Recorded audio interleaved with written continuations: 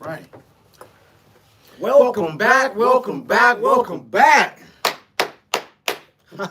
SportsTalk. What up, it's your man Vex, man. What's happening, bro? Man Marco Polo. Hey, man, happy Women's Month. It is March the 2nd. We are here. What show is this? What number is this? This is BlockBoy SportsTalk episode 65. Hey, man, I'm glad to have y'all here with us, man, on episode 65 on this good.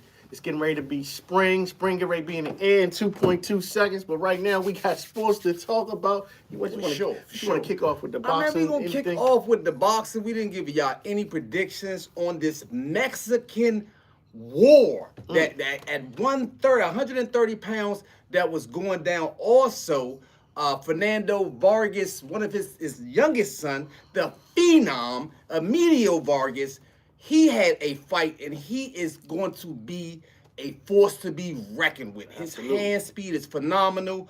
I'm loving what I've seen from him, but the main event was, as predicted, a war.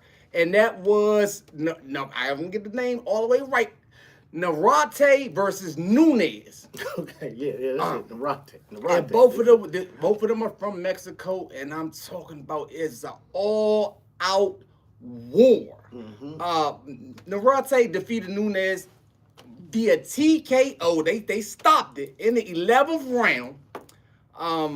So he's unified, and he is a monster. It did not let down. He is a force to be reckoned with. He is at the top of the food chain in his division. But he got the W, and also Emiliano Vargas, he also stopped his opponent late in the 11th round. And that's what we had in boxing. Real quick on the boxing tip, it was the little birdie came to me and they screaming all in my ear. What's going on with Mayweather-Pacquiao? So the word on the street that Mayweather-Pacquiao is slated to be in Las Vegas on September 19th of this year. September 19th, and it is a full sanctioned bout with Floyd Mayweather's 50-0 record on the line. So, I mean, hey, man, if this was 15 years ago, I'd be really excited. I'm not really excited about that as much. But, of course, we will be tuned in. Yes, we will. We will get y'all the predictions. It should be an exhibition type of fight, but it's official. Hey, it's official. It's official. I don't know how official it is that he's supposed to fight Mike Tyson. That's Mayweather, that is. But we're not going to get into that. What is sanctioned right now is him versus Pacquiao. Yeah, September 19th in Las Vegas. It's entertainment. It's in Vegas. We're going to tune in. Yeah, we're going to tune in. But anyway, man, y'all already know what the weekend was. CIAA made its trip to Baltimore, Maryland. Yes, that's right. CIAA was right up the road, Baltimore, Maryland. And the Fayetteville State men won the championship for the men. Terrell Williams was the MVP, scored 29 points for them. But because it's Women Month, we know we got to talk about the women, the ladies. Winston-Salem, Navarra Farmer, 24 points. She was the MVP for her bracket in the CIAA tournament up there in Baltimore. So shout out to them. You already know what it is. CIAA is always fun when they come to town. I remember it was in Charlotte. It used to be great, but now it's in Baltimore. Hey, it is what it is. Miami of Ohio. Yes, Miami of Ohio, ladies and gentlemen. The only undefeated men's team is still undefeated, 29-0. The question is, will they be able to make it into the 68? It's yet to be determined. Some people are saying they need to go ahead and win their whole division. We'll see how that play out. They got 2 games left. They play Toledo tomorrow, and they play Ohio. They call it the Battle of the Brickyard on the March the 6th. So let's see if they even finish their season undefeated. Speaking of undefeated, with the women's basketball, we have the Connecticut Huskies. It's no surprise. Y'all already know. You already know what it is. They 31-0 Connecticut women's. They are the bar set for women's college basketball, and they are still undefeated at 31-0. Real quick, I did leave one thing out in the boxing. The young gentleman from Philadelphia, Smalls, he got upset by Ramos. And Smalls has been in the gym with Boots Ennis, and he was a young upcoming prospect. But Ramos, who lost to the same guy that Ryan Garcia beat, and I forgot his name. Go ahead, quick. yeah. But that was a big upset, and that was a highlight of the night as well. Absolutely. So also, what we want The NBA. Oh, I'm gonna get MVP. Okay. I'm gonna get there in a second because I wanted to round it out because we had a dog fight in St. Mary's and Gonzaga fighting. For those who don't know, St. Mary's and Gonzaga, they are on the West Coast. So a lot of y'all on the East Coast don't get to see them play late. They are the top tier out there. To put it in perspective, against all of the other teams out in that division, Gonzaga is like 58-3, I believe, and St. Mary's is like 60-3. And against each other, before the game, they was 5-5. You understand me? That just goes to show you that they try to just, for lack of better terms, try to kill each other when they play each other. And St. Mary's was able to get the victory this weekend. So just wanted to get that shout out because shout out to St. Mary's. Man, St. because that's just crazy. That's always a game you want to see with that one in college basketball. Moving right along, I want to get into this NBA, as my brother was just saying, he about to get into this NBA and MVP race. Yeah, before you do that, how many games have San Antonio won in a row? 11 games in a row. They won 11 games in a row up until yesterday when they went into the mecca of basketball, which is going against Madison Square Garden. Yes. Big Shai Brunson. Yes. Big Body Brunson came into the building and he was home. He said, man, we can't keep getting slapped around. Cat, he wanted to rebound. He rebounded well. Listen, the one thing about this I want to tell you, ladies and gentlemen, that I have told you, the best player right now, currently in basketball, not in totality, well, I would say in totality, but I understand across the board, and we can nitpick about other players, which I'll get to in a minute, is Victor Wembanyama because of him being just a complete freak of nature. But I believe after 11 games in a row, traveled to the East Coast, starting at 1 o'clock game, they were sluggish, and they got beat upon brutally. That's one opinion, but no, I would say Big Shai Brunson said, "Hey, I'm not in the MVP race. Absolutely, I'm gonna show y'all why I should be in the MVP. Absolutely, but you got to understand the rigors of an NBA schedule, and what happens is in the rigors of the NBA schedule, they were just games that are much more difficult to win than others. Due to, like I said, travel, timing of games. This game was an early start for them, especially coming from the West Coast. Definitely was going to be a little bit more difficult for them on the Sunday. The Knicks were well rested, and they were prepared for this game. Shout out to their coaching staff, Mike Brown, having them ready to play. And they definitely needed this victory because they've been getting beat upon by all the teams that are top-tier teams. So, this is true. This is true. While y'all in here, real quick, man, hit that like button and subscribe while y'all in here, man. While you listen, like, comment, subscribe. Always on the YouTube channel. Shout out to everybody in Facebook, Instagram, TikTok, all y'all out there. But we have a YouTube channel, and that's where we want y'all to watch us at, by the way, and that's BlockBoy Sports. Enough talk about us. Let's talk about sports. Listen, again, with the race that's going on in the East, you have the Charlotte Hornets currently a half a game in ninth place. So you say, well, why are we talking about Charlotte? You like, Charlotte, ain't they some trash? Not really. Nah. Not really. Nah. They've been showing up. They've been showing out. They've won 13 out of their last 17 games. And LaMelo Ball is showing that he's not just a flashy player, that he can actually facilitate and get the rest of his team. Miles Bridges. I love Con Knipple. Oh, my goodness. We talked about Con Knipple. I told you he's a sharpshooter. He has the most three-pointers by a rookie in NBA history currently, and he's consistently still setting the bar as he's going along. They are down there. He'll shoot your eye out. Definitely. He's going to shoot your eye out. The Christmas story. Yeah, he's going to shoot your eye out. Yeah, so definitely Con Knipple and the way that they got it going on, they play good defense.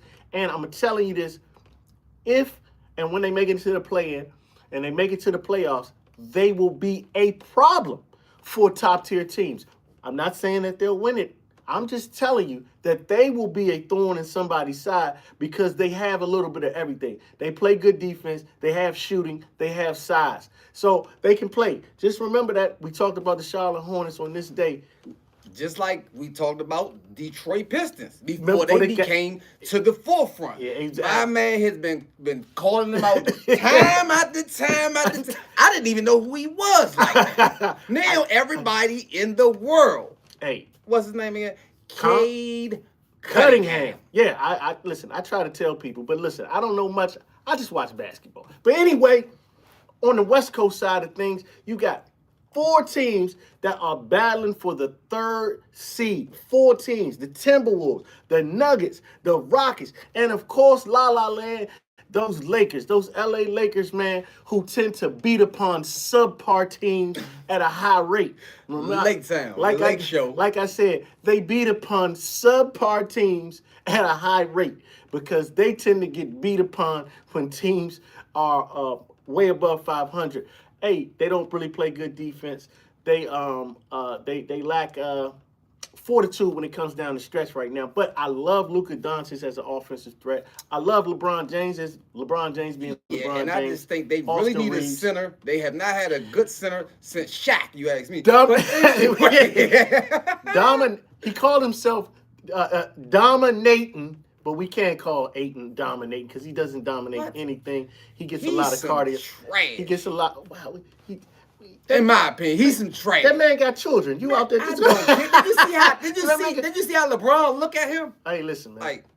Listen. It's unfortunate that Ayton isn't the guy that we would like him to be, especially growing up as a Laker fan. It's not the guy that we would want him to be. But it's okay. He's out there. It's in the West. People get injured. Things happen, matchups happen. Let's see how it goes. But right now, those 4 teams are vying for the 3rd seed. They're battling it out. So enough talk about them. Let's talk about the top of the food chain, ladies and gentlemen. The cream of the crop. The cream of the crop. Let's talk about Shea Butter and the Lightning and Thunder. Hey, man, let's talk about OKC. And let's talk about my man, Shea Butter, Shai Gilgeous-Alexander, SGA, for having another 30-point performance, for going on a streak of 59 consecutive games of 20 points or more. Unbelievable. Do you know what SGA stands for?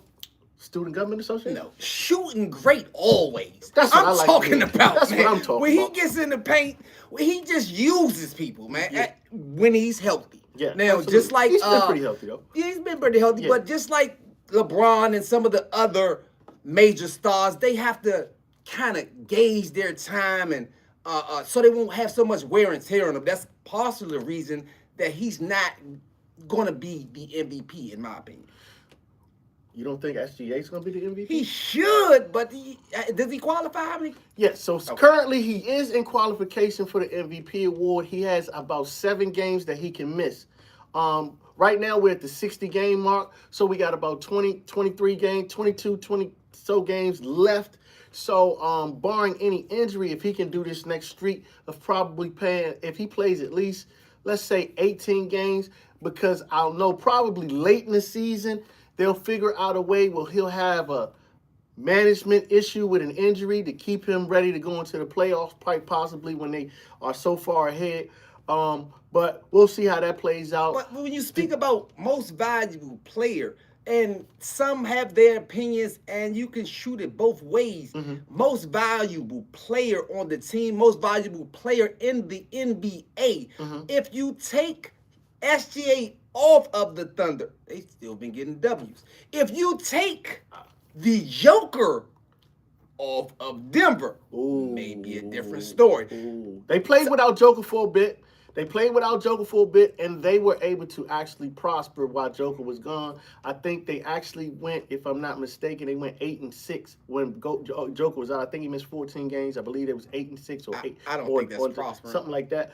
But it might have been, double check me on that. I'll have to fact check that. I apologize if I'm inaccurate on that one, ladies and gentlemen. But they did stay above 500 while Joker was out. But I'm not disagreeing with you, because I know I understand the level where you're going with when it comes to value. Who's the value? Now, when we speak of this, most valuable what player. I wanted to get to when we was talking about the MVP, I wanted to get to the East Coast side of things with Jaylen Brown. This guy right here deserves an MVP look 100% because of the fact that they had written the Celtics off with Tatum being out. Al Horford no longer on the team. They had switched up a little bit of the regime and they went a little bit younger. Well, I didn't write Jaylen Brown off. I'm just telling you. The Celtics off, not Jaylen Brown, but the Celtics. They wrote the Celtics off, but I've seen him even when he was playing.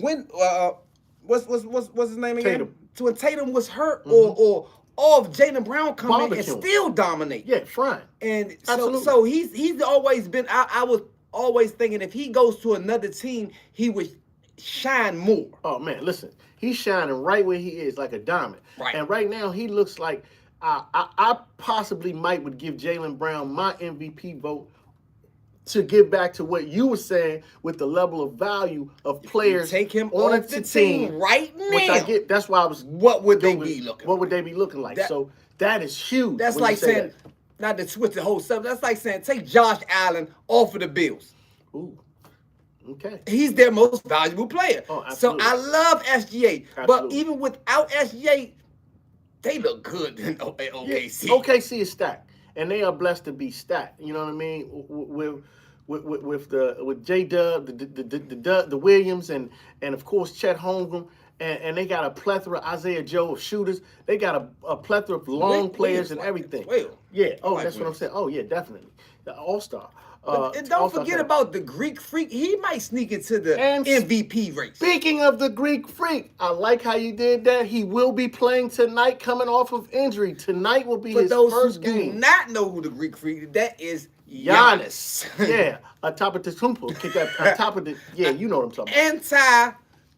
Antetokounmpo. Giannis. Giannis. Yeah. Giannis. Greek Freak. We just call him Greek Freak. We don't butcher the man's name. But the Greek Freak will be returning tonight to Milwaukee to play. So he may be trying to make that stretch run like, hold on, wait a minute, hold my beer. Do not put Milwaukee out in the pasture just yet. They might try to make a run late because Giannis is coming back. And I really feel like Giannis would not return unless he was fully healthy, especially in a team that's kind of mid-range. So, yeah, because all of the trade talks about Giannis, that's died down like trade deadline's over, so it's nothing to talk about. That's something they got to talk about in the summer.